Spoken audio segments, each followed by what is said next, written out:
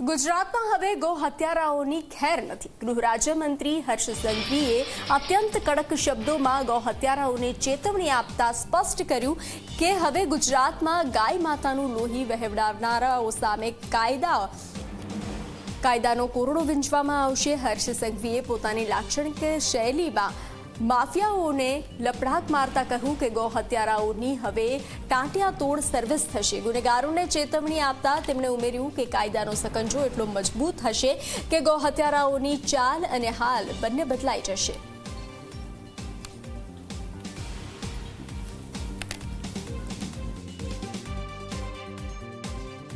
કોઈ ગુજરાતના કોઈ भी ખૂણા ગૌ હત્યારો છુપાયો હશે। आज आ जीवदयाना हेडक्वार्टर ની અંદર હું જાહેરમાં વચન આપું છું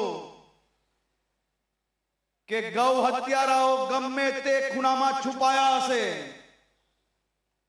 એની ચાલ भी બદલાઈ જશે। એને જીવનભર